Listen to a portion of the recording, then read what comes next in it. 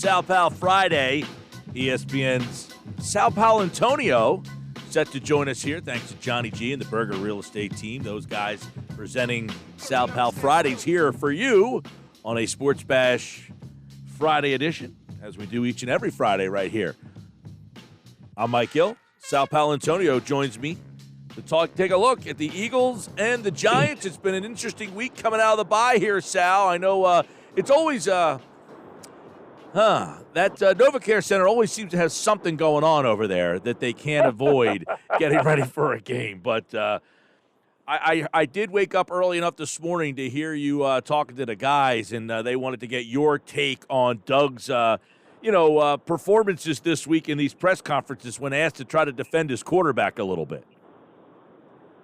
Yeah, I don't think Doug handled that part of it great. But, listen, Mike, the bottom line is he's all about Carson Wentz, publicly and privately.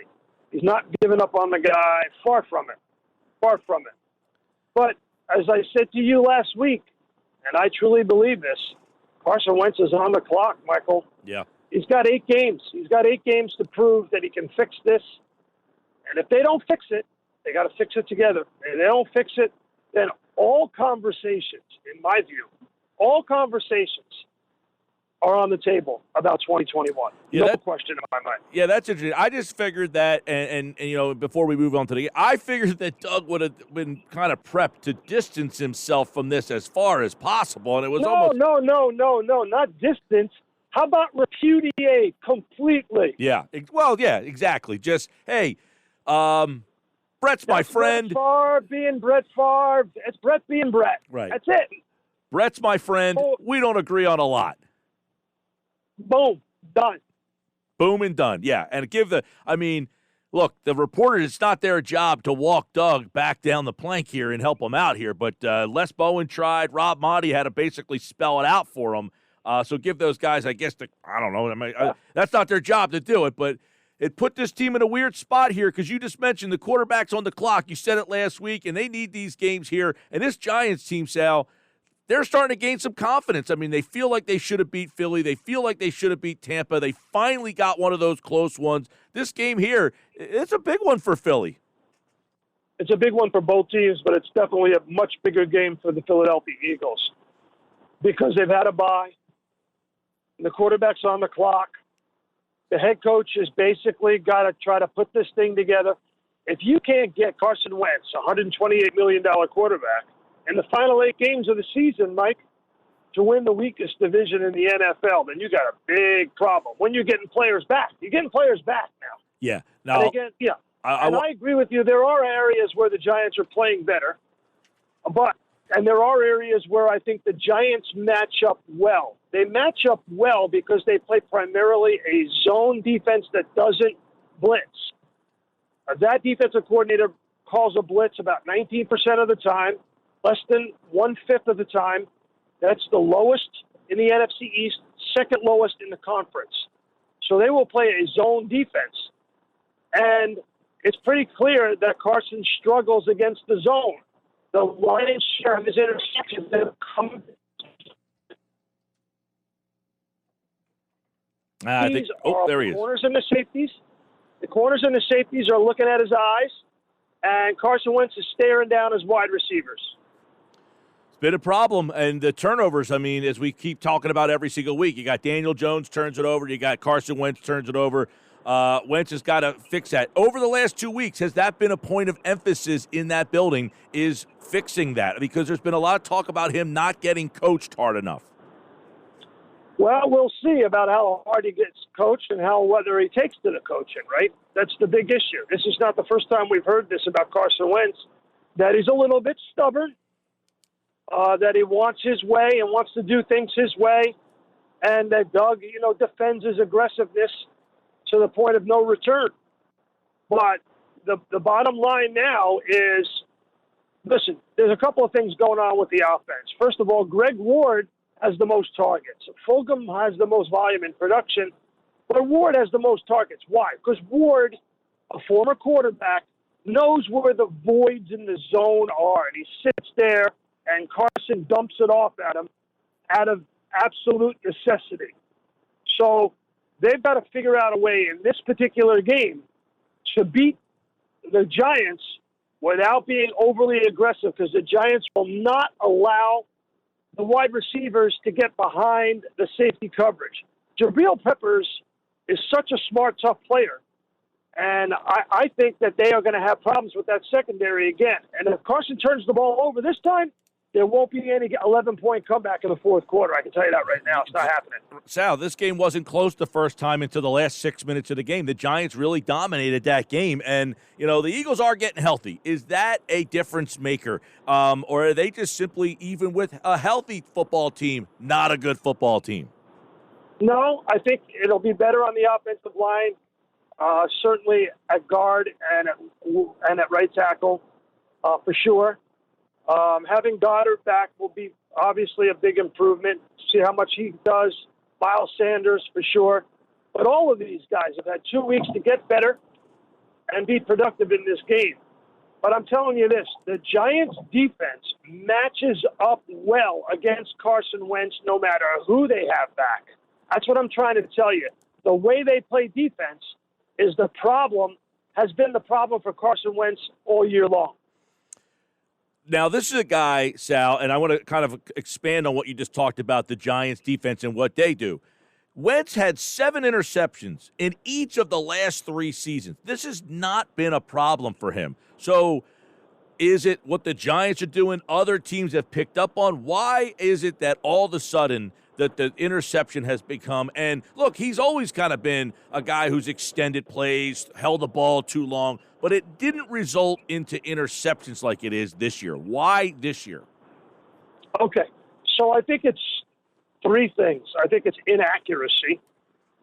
Next Gen Stats says that he is the second most inaccurate thrower when throwing to an open receiver. The most inaccurate is Drew Lock. That's not good company to be in. So he's been inaccurate with the ball. And inaccuracy is something that you just fix over time. You look at the tape and you figure it out. 2, I said to you, he's had a problem with zone defense. He's locking on wide receivers. He's not using eye manipulation to manipulate the secondary.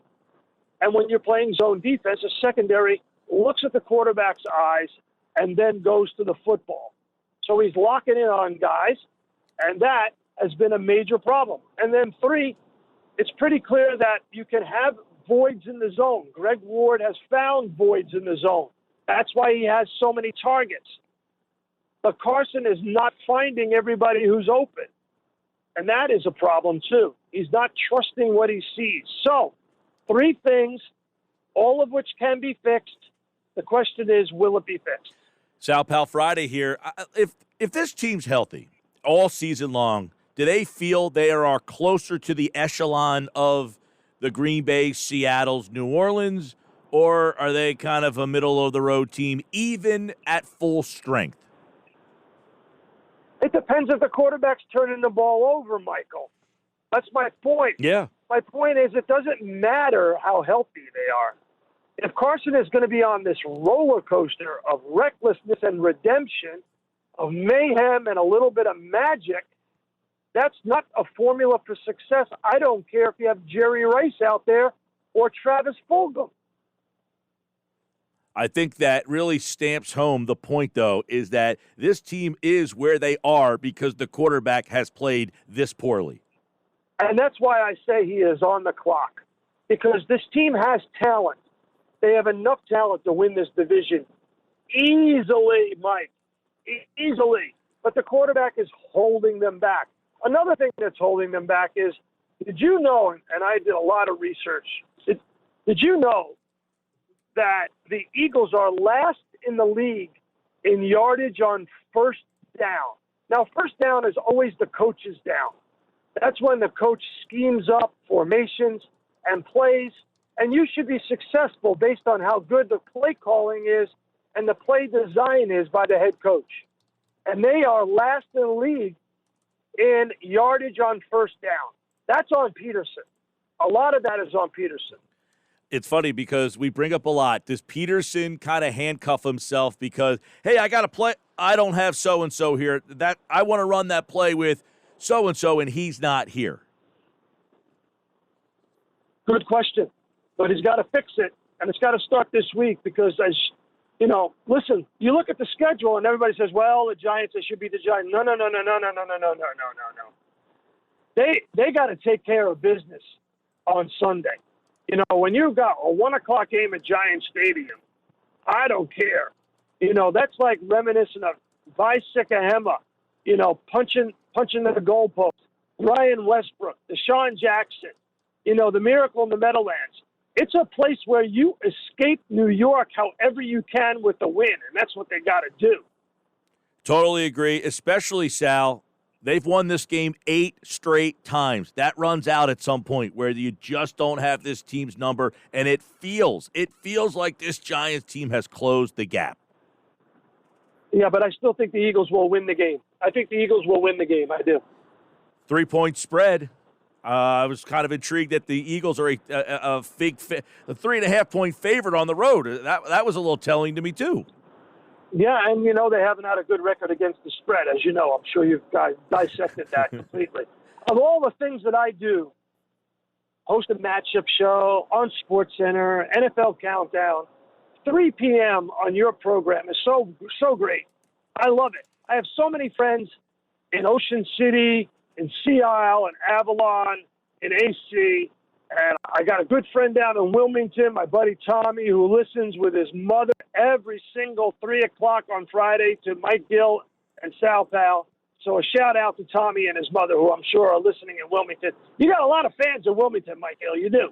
You know, it's funny, Sal, I say, from Wilmington all the way down to Ocean City, Maryland, the people in Delaware are great. We are basically Delaware's sports station. It's a lot of, they are some of the more impactful listeners. They text in all the time. They're great over there. But that's great to hear. Hello to all those people. And thanks, by the way, to the Griner team in Berger Realty in Ocean City who delivers Sal Pal Friday, who picks the Eagles to beat the Giants on Sunday. It would be the 9th straight time. And what, 14 out of 15 or something ridiculous like that?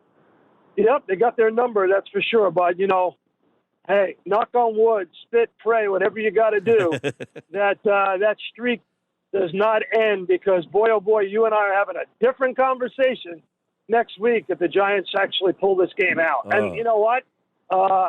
It's all – listen, we could dissect this game for 3 hours, and we would come back to the same conclusion. If number 11 does not turn the ball over, the Eagles win. That's it. End of story.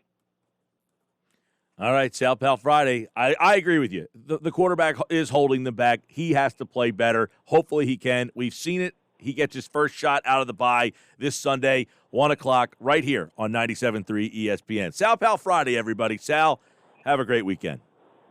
And thanks to Johnny G and the Griner team at Berger Realty in Ocean City. I really appreciate their support. Thank you very much. All right, he's Sal Paolantonio, ESPN. Sal Pal Friday here on the Sports Bash. And, of course, he, like all guests, appeared via the Boardwalk Honda Hotline.